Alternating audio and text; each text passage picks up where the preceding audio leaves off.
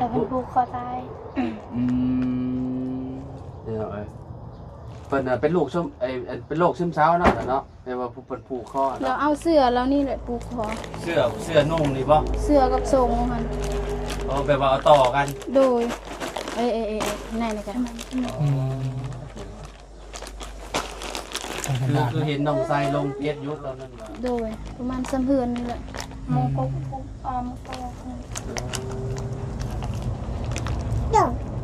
สิ ติดอยู่โดย อ๋อใจบ่จะขาดว่าตอนแบ่งกัน บัวแหละ บ่เจ้าเขาได้ว่าแบ่งกับผัวแล้ว เอาก็เราบ่ให้เลย เอ่อ เราให้ดูน้ำพลอยจะกินฮอดแหละไผบ่กินฮอดดู เนาะ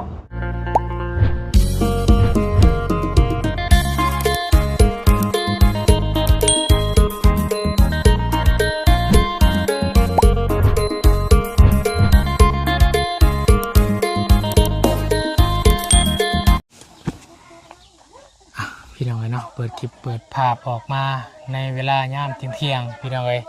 บรรยากาศกะฝ่าหลังฝนเนาะสวยงามเสมอพี่น้องใบไม้เริ่มเขียวขจีออกมาเนาะตามสายภูหรือว่าตามถนนหนทางของเมืองเซโปนแขวงสะวรรณเขตพี่น้องเนาะทางมาบุญสารวัตรกะได้เริ่มเดินทางขึ้นมาช่วงเวลา9 โมง 10 โมงออกจากบ้านพี่น้องเนาะ9 โมงเนาะ9 โมงมาหอด3 ชั่วโมงพี่น้องพอดีทางมาบุญเองเนาะกะมากับทางอาจารย์ลาวเนาะแล้วก็ทางเบาเพิ่งเคยล่าเนาะเอารถขึ้นมาพี่น้องรถมอเตอร์ไซค์หรือว่ารถจักรทางเบาเพิ่งเคยล่าบรรทุกขึ้นมาเนาะจนตำรวจเพิ่งมาห่วยพวกเจ้าพากันค้าขายรถว้าววสันพี่น้องรถขี่รถมาวสันพี่น้องไอ้ผู้เนาะบอกว่าโมแมนวสันเอารถขึ้นรถมากคือเพื่อคนทางที่ว่ารถใหญ่ครับไปบ่ได้ไปหาถ่ายคงจะคลิปนะครับเอาใส่รถจักรไปพี่น้องเนาะหรือว่าประหยัดการใช้จ่ายค่าน้ำมันเนี่ยพี่น้องเนาะขี่รถใหญ่ไปอันเป็นนี่ตลอดกับเปลืองค่าน้ำมันขี่รถจักรไปเนี่ยเปลืองเทียมันไกลเอากับว่าต้องขี่รถใหญ่ไปนะพี่น้องเนาะพอได้ทุเลาการใช้จ่ายเนี่ยพี่น้องเนาะไวช่วงนี้น้ำมันแพงพี่น้องเลยขึ้นมากับโอ้ได้ยินข่าวว่าทางน้องป๊อปเนาะเขาโรงพยาบาลเนาะทางบ่อเชียงก็ได้พาไปใส่น้ำเกลือพี่น้องเลยเนาะโอ้เนาะไปจะได้ในน้องเพิ่นเนาะวัดแห้งหรือว่าถือตากฝนหลายหรือว่าเฮ็ดเวียกหลายหรือว่าจังใดเนาะจะขึ้นไปหาน้องเพิ่นแต่ตอนนี้ยังบ่ได้ฮอดเอาบุญแวมาหาทางสาวไม่ห้างลูกนึงเนาะซึ่งผัวปะลูกก็ยังน้อยอายุก็ยังน้อยอีกว่าซั่นพี่น้องเนาะก็เลยสิเวมาเยี่ยมยามแล้วก็ทำข่าวมาให้กำลังใจนำกันเนาะกับสาวไม่ห้างพี่น้องเลยอย่างไรนั่นพูดกันยังบ่เคยถ่ายสัมภาษณ์ทุกเทือมีทางเบลลี่มาถ่ายเมื่อวานหรือเมื่อซื่นนี่แหละพี่น้องเลยเนาะเลยทาง FC กาคอมเมนต์อยากให้ทางทีมงานสมองเบิ่งเพิ่นแน่เนาะใจตนแท้ว่าซั่นพี่น้องเลยเดี๋ยวเบิ่งทำการพี่น้องเลยก่อนอื่นนะพี่น้องเด้อทางบนเองขอกราบทักทายสบายดีพ่อแม่พี่น้องสบายดีหมู่เพื่อนกันเบิดสุขสุขคนเด้อสบายดี FC ผู้ใหญ่ใจบุญวัตถุทานยินดีต้อนรับเข้าสู่ช่อง YouTube บุญซาร้อนพี่น้องเลยเดี๋ยวไปถามเบิ่งทำกันเนาะเพิ่นอยู่เฮือนน้องไส้นี่เนาะเดี๋ยวขึ้นไปถามเบิ่งทำกันเนาะพวกรถจอดอยู่นี่เลยรถขี่รถไปโอ้บริมาเฮือนหลังนี่ก็โดนเติบเลยพี่น้องเลยเนาะตั้งแต่ปีที่แล้วเนาะตั้งแต่น้องไส้ยังบริมีเฮือนอึบ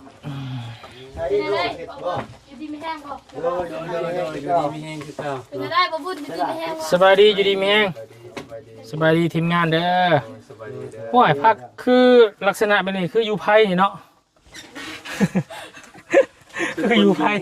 อยู่กองอยู่กำไปทางไหนนี่นะดังไฟขึ้นคือได้เนาะ ลูกเราใหญ่เลยได้ลูกเราบางใหญ่นึงเนาะถามที่ไปที่มาก่อนบาดนี้เนาะเป็นอะไรน้องคือว่าเป็นไม่ห้างบ่พัวปะ พวกปะมีลูกนำกันจะคนผู้เดียวหรือเปล่าสองเลยอายุ20 ปีได้เนาะจ้ะเนาะห่วย20 ปีมีลูก2 คนพี่น้อง เอากัน ผู้หญิงน้องผู้ชายจำได้เลย แต่ประมาณนี้คือกัน ถ่ายปีบ่ปี สา เนาะ มปี โอ้ เนาะ บุรุษ ตัว 3 ปี นี้2 ปีกว่า อืม ห่างกัน6-7 เดือนมาจากเนาะ แม่น 2 ปีปลายกับ 3 ปี แม่ห่างกันก็คือแบบแบ่งกัน ดู ทางผัวนี่เอาผู้หญิงทางเจ้าผู้ชายคือได้มาอยู่เฮือนน้องไส้บัดนี้ บ่มีเงินอยู่ เพื่อนพ่อเพื่อนแม่จะได้จ้ะ แม่ไปย้ายมีตรงนี้พอไปเสีย อ๋อก็คือแบบเจ้าเป็นลูกกำพร้าพร้อม โดยแม่เพิ่นน่ะมาอยู่น้ำเฮาอยู่น้ำ อยู่น้ำเจ้าก่อนอยู่แล้ว แม่นเพิ่นอยู่น้ำเฮาก่อนเพิ่นก็อยู่เฮือนนี้ อืม และอันน่ะ เอ้าตะ ขอ กี้ อนุญาตได้ไหมเนี่ย ตะกี้เราบ่ได้อยู่น้ำเจ้าแม่นบ่ตะกี้น่ะหรือว่าเราอยู่ก่อนแล้ว อันแม่ของน้องเพชรนี่ อยู่แต่ก่อนเพิ่นบ่ได้ถ่ายคลิปเพราะว่าแต่ว่าเห็นพูดตอนเพิ่นมักตัวลูกดีนะ น้ำบ่าวคือบ่คุ้นลาวเนาะอันแม่น้องเพชรนี่คือว่าเคยเห็นอยู่แต่ว่าอาจสิแบบจำเราบ่ได้อะนะ เพราะว่าบ่คุณนะเบาก็เห็นเราตลอด ตอนนี้เราอยู่ในเฮือนนี่บ่ อยู่ บ่สมมุติว่าเรามาข่อยสิข่อยสิฮู้อยู่กันนะ อืม บ่เคยเห็นเราบ่ซะ ใจเลือกที่ไหน ใส่มาเบิ่งดูหาแม่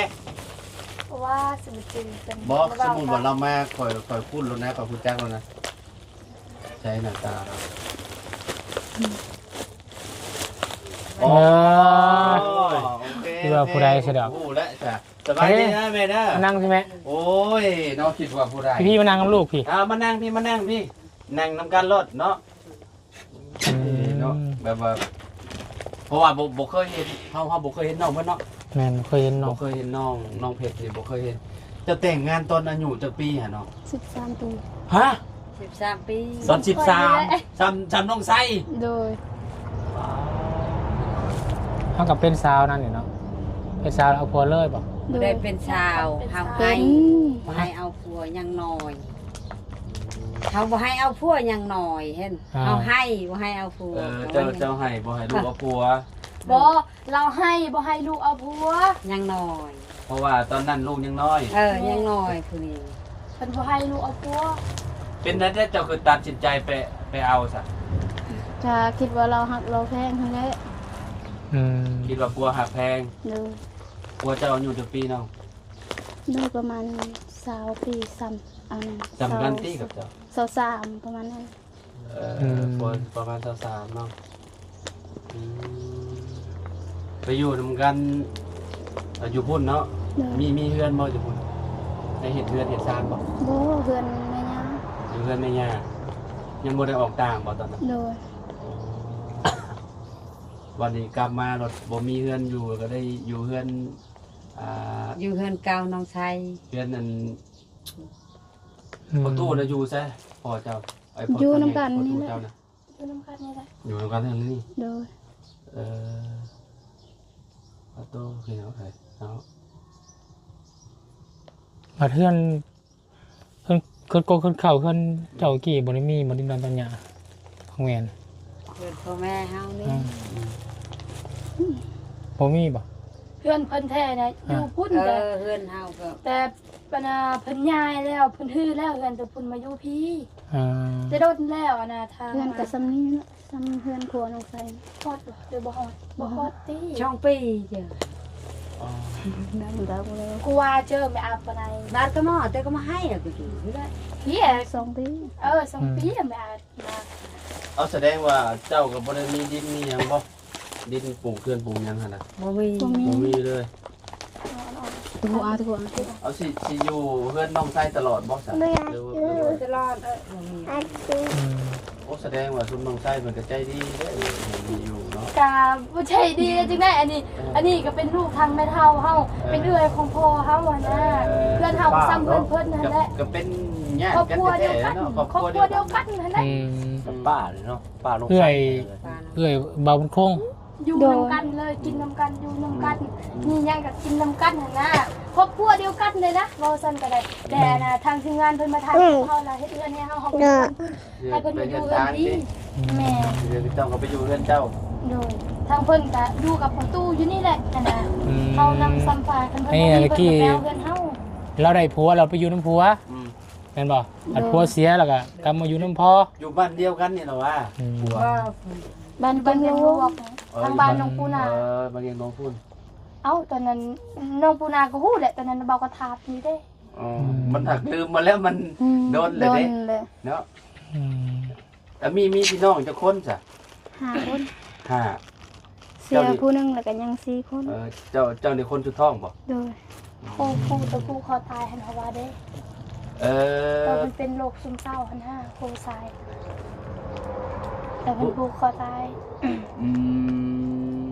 เดี๋ยวเป็นลูกซึมเป็นโรคซึมเศร้าเนาะเนาะเรียกว่าเป็นผูกคอเนาะ ตอนทำทางป่าเขานี่แหละตอนนั้นตอนเพิ่นสิไปบวชให้เนาะป่าเนาะเมียเพิ่นก็มาอยู่พี่แล้วก็เพิ่นว่าให้คำสัญญาว่าคันเฮากลับคันเจ้ากลับไปบวชแล้วเฮาเอากันอีกเด้อเฮาแต่งกันอีก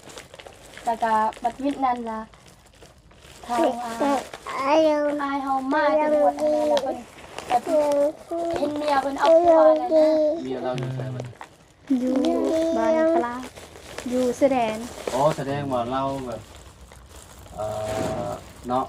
คิดร้ายเนาะเมียเราออกมา เลย เมียกับปะกันเลย ก็เล นะ ยตัดสินใจจบชีวิตเลย โดย ก็เลย4 คนพี่น้องเลยเนาะ โดย แต่ละคนกับมีครอบครัวบ่ได้หรอ โดย ทางป่าเฮากับตอนนั้นเพิ่นก็ไปนะไปก้นมันทางป่าเฮานี่แหละเออเนี่ย เจ้าเด ไปถอนมัน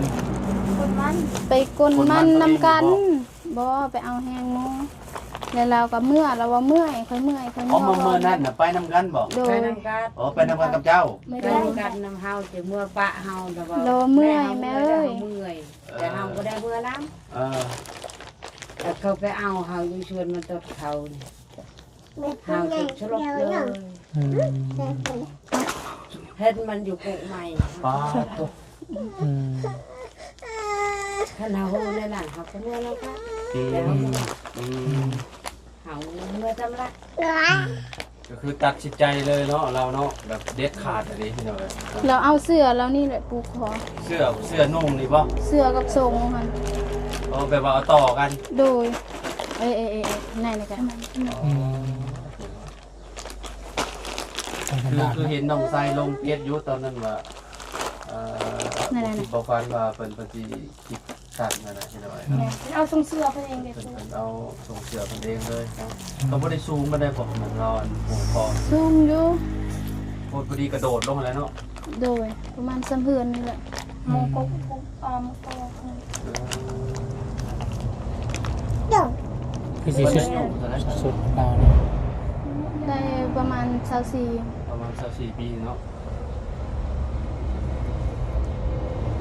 พี่น้องเนาะประมาณ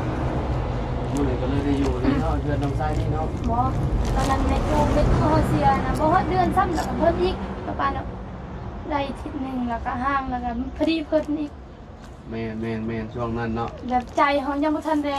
กลับมาเป็นคือเก่าก็มาเป็นอีก อืม เพราะว่าตอนนั้นก็ในตู้เนาะตู้แล้วก็มาเป็นอันนี้อีกพี่น้องเลย ทำให้เสียแล้วก็อีก ยังทำใจบ่ได้ซ้ำเนาะ แม่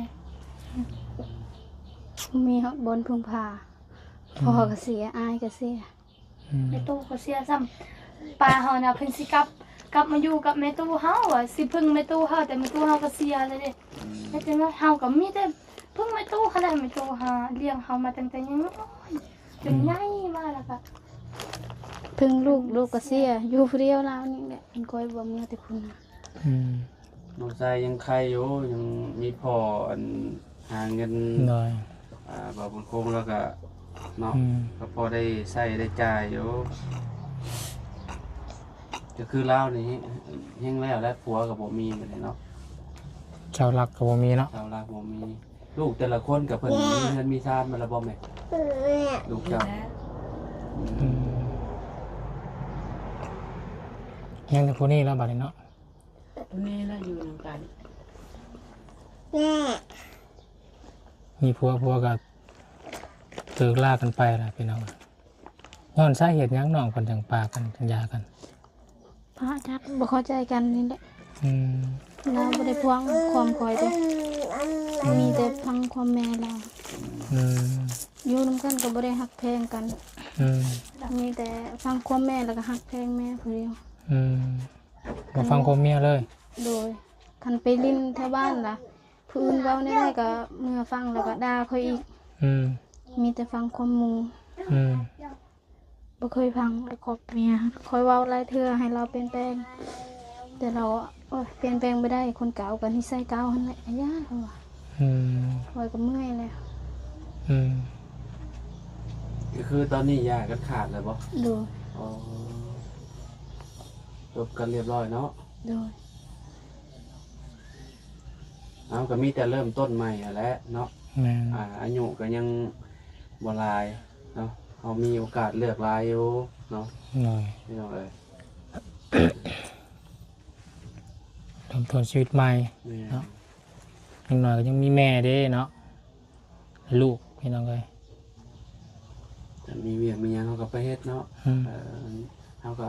ฝากลูกไว้นำแม่ให้แม่เพิ่นเลี้ยงซอย ตอนเพิ่นยังมีแฮงเด้ มาอยู่น้ำพายเลย บ่อยู่บ่ อยู่แต่น้ำแม่ คนน้อยนี่ได้อ๋อบัดยังกินนมเจ้าอยู่บ่ซะเลย บ่ปะเลย ปลาแล้วเนาะยาแล้วก็คือนมหยังเราก็กินได้แม่นบ่ โดย ไอ้กระซอยก็กินได้อยู่เนาะซื้อนมมาฝากเราอยู่กินนี่ซะพี่น้อยเนาะ เด็กไปกินนมแล้ว เออ กินสลาย อืม ติดแม่ขนาดเนาะ โดย จะผู้หญิงได้ซะ ผู้หญิงก็เฮาแบ่งกันแล้วแล้วว่า บ่ได้ติดเจ้าบ่ ติดอยู่โดย อ๋อใจบ่อยากขาดว่าตอนแบ่งกัน บ่แหละ บ่เจ้าเขาแล้วว่าแบ่งกับผัวแล้ว เอาก็เราบ่ให้เลย เออ เราบ่ให้ดูน้ำพลอยเลยก็กินฮอดแหละไผบ่กินฮอดดู เนาะเอาเลี้ยงมากับมือเนาะ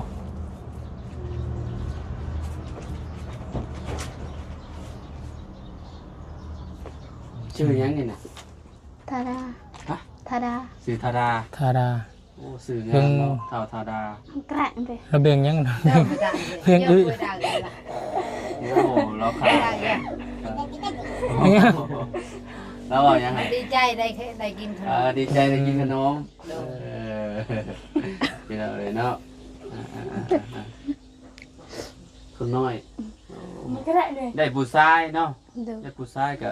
อยู่แถวนี้คือถือว่าโอเคได้เนาะ แม่น สิได้เลี้ยงแม่ได้เนาะ อย่างแม่ ใส่ข้าวไปลึกกัน ถ้าเป็นผู้หญิงก็สิได้ไปอยู่นำผัวบัดนี้ อยู่น้ำพุเขาเอาเนาะ อืม เขาก็บ่ให้หลานเขาแพงนี่ อืม เขาเอาเฮ็ดได้ อืมมันมีหลานจะคนเหรอจ้ะ มีหลาน4 คน มี4คนแล้วเนาะ คนผู้เอยอันคนอยู่เจตโมอันสอง อ๋อแพงนะ อ๋อ แต่แช่งเอาปกติไปปกติ ชกแล้ว บ่เยอะกว่าดาวอย่าล่ะ เพิ่มไปได้ ปะใส่ปะ เยอะ เห็นในคลิปเบาลี่ดอกพี่หน่อยเนาะเบาลี่ว่าเอาไปลองไปถ่ายน้องเพิ่นเบิ่งแหน่ว่าซั่นเนาะน้องเพชรว่าซั่น เออ พี่น้องของน้องไส้ว่าซั่นก็เลยได้นี่แหละแวะมาแล้วก็มา แสดงว่าย่าไปอยุ่นผัวเนี่ยก็7 ปีแล้วเนาะ 6 ปี 6 ปีป่ะ หนึ่ง อืมเราก็โดน ที่เฮามานะครับบ่ได้เห็นแล้วเนาะ อ๋อเราไปอยู่นำผัวเด้ พอเราไปอยู่ใน บ้าน ครัว เก่ง เลย ทอง บ้านบุงบุญ ฮะ บ้านเมืองแสน อยู่บ้านเมืองแสน แต่บุญ ท่านพ่อเราบอกคุณจะเขาก็หักมาตรงเรียนเนี่ย เอาบ่เห็นแล้วบ่ไปหาถ่ายคลิปบ่จ้ะเนาะ อืม ซีเมนต์ติดเดินไปถ่ายคลิปที่เนาะเขาหักมาตรงนี้ บ่ได้เห็นพ่อน้องไส้พี่น้องเลยเนาะ อืม เอามื้อหน้ามื้อในบ่ได้เนาะ ได้ เข้ามาเองเนาะเฮาก็ได้เนาะ แม่น เข้ามา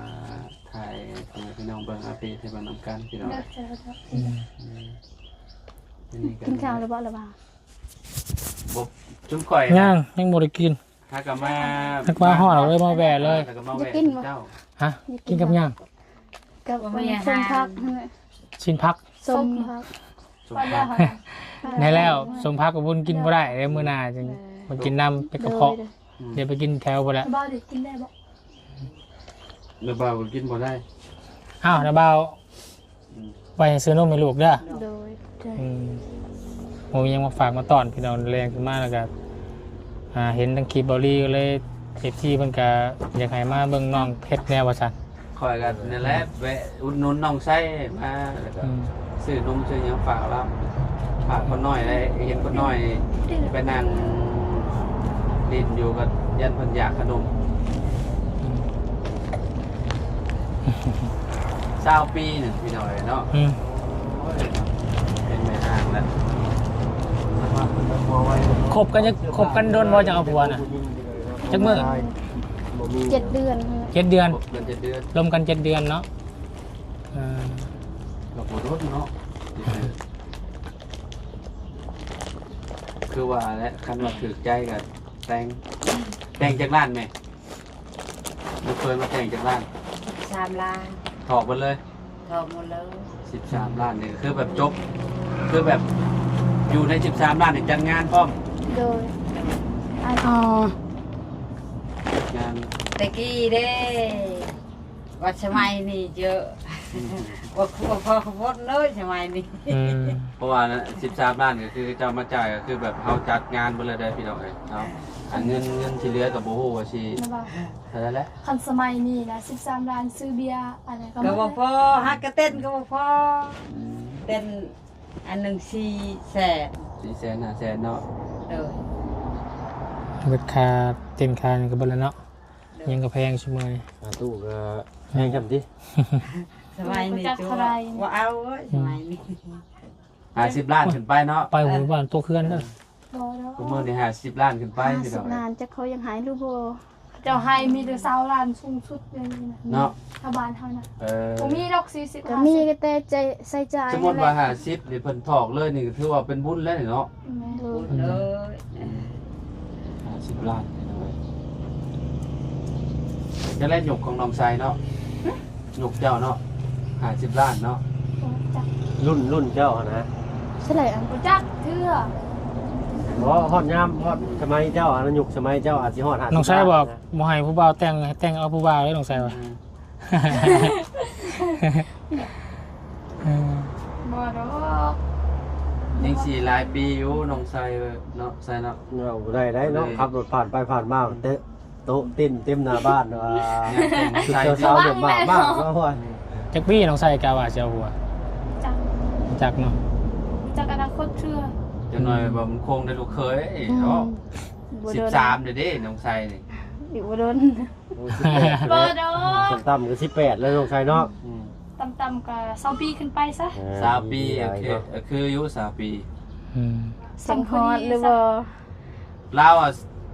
า13เนาะเอาตอนอายุ13 ซ้ำค่อยนี่แหละแล้วเอา สำเจ้า มันก็เกินสมัยนั้นเอาเขาเอาอีหลีเลย13เขาเจ้าก็เอา12เขาเจ้าก็เอาเด้ เป็นเพศเลยคือแบบมีผัวเลยเนาะ เป็นบางคน บางคนเขาบอกเอาเขาก็บอกเอาแล้ว บ่อายุฮอด20ปีนี่เขาว่าเถ่า บ่บ่มีไผเอาหั่นแหละเขาจึงว่านั้น 20 ปีเนี่ยผมมีแฟนเอาบ่ เขาว่า เขาว่านะ แม่ ถือว่าเฒ่าแล้วนะ เขาว่าเถ่าแล้ บ้าน ว เฮานี่ฮักกันใหญ่เนาะ แม่นบ้านเฮาหากระเถ่าแล้ว20 ปีเอ้ยหากระใหญ่ ก็คือจะว่าอยู่บ้าน หาก เฮา ระใหญ่แล้วนะ อยู่บ้านเฮาเขาว่า เท่าแล้ว เขาว่าอันนั้นเขาว่าแต่อันน่ะเป็นหยังเท่าข้างบ้านเขาว่าบ่มีไผเอา 20 ปีนี่ได้ แม่ เขาว่าขึ้นคานแล้ ขึ้น ว คาดแล้วคนขี้ลายเด้คนขี้ลายถึงหัว20ปีบ้านเฮาคันคนงามน่ะไปมาแล้ว13ปีก็ไป จำพ่อจำบ่ค่อยเห็นเนาะ 14ปีก็ เว ไป ลาเฮามาถ่ายตามหมู่บ้านแบบนี้คือแบบ คัน วัยรุ่นอายุ20 ปีนี่คือแบบเฒ่าข้างโคกแล้วซั่นนี่เนาะ 20ปีน่ะมีแต่คนขี้ลายเขาอยู่ มีแต่คนคือยัง โดย คนงามเขาเอาแล้วอีนี่เด้เอ้าเจ้าก็บ้าง แสดงว่าเจ้าตอนนั้นเจ้างามแต่ตอนนั้นเนาะ ก็บ่จักคือกันแหละ ตอนนี้เราบ่งามเหมือนกัน ตอนนี้เฒ่าแล้วใช่เนาะ ตอนนี้เท่าแล้วตอนนี้ บ่เท้าสิเฒ่าจังได๋ซำนี่แต่เจ้าว่ายังบ่เท้าซำนี่คนไทยก็ขึ้นไหมซำนี่น่ะ บอกแต่ก่อนเราก็งามเนี่ย เอานี่ แม่ ตอนเราขึ้นใหม่ๆฮะบ่13 ปีฮะบ่ แม่เราก็ขาวได้แต่ก่อน จะตาลงนะ ตอนนี้เราก็หน้าใสอยู่เนาะหน้าใสถึงว่าเราสิมีลูก2คนแต่ว่า เราหากันอายุ20 ปีเด้ มีแต่จังได๋ก็สู้ๆนะน้องเด้อเป็นกำลังใจให้แล้วน้องเพชรเด้อ โดย พอปากเอาปัญญาก็ยังมีลูกมีแม่มีครอบมีครัวอยู่เด้อเป็นกำลังใจให้เด้อบ่ต้องคิดหยังหลายมีแต่นั้นแหล้วเนาะเฮาก็สิได้เดินทางไปทางเวียกต่อเด้อหากินข้าวก่อนบ้านนี่พี่น้องหิวข้าวแล้วเด้อ โดย เอาสู้ๆแล้วน้องเด้อน้องไส้สบายดีสบายดี สบายดีจ้ะ เขาอยู่ให้เฮาคนก็ได้นะบ่ อ่า เขาบ่มีอาหาร กินข้าว บ่มีอาหารบ่ บ่เป็นหยังบ่เป็นหยังกินอยู่พุ่นแหละห้านอารมณ์ดีพุ่นแหละสุนบ่าวก็ได้สิไปหาน้องป๊อปต่อเนาะ โอ้ยมีสิฮักตึ๊บอึ๊บอึ๊บโอ้ยมืดฟ้ามืดฝนมาละบาดนี้พี่น้องเอ้ยไปเนาะนี่ก็มาเยี่ยมยามสัมภาษณ์เนาะทางน้องเพชรแม่ห้างลูก2พี่น้องแต่ว่าปั้นกันกับผัวแล้วคนละคนเมียเอาผู้ชายผัวเอาผู้หญิงพี่น้องเอ้ยเนาะย้อนความบ่ถือบ่ต้องปองดองกันนี่แหละก็เลยปะอย่าห่างกันพี่น้องเนาะจะโอเคได้พี่น้องเด้อสำหรับคลิปนี้วุ้นก็จะได้ขอลาก่อนพบกันคลิปหน้าก็แล้วกันเนาะคลิปนี้สบายดีเด้อพี่น้องเด้อ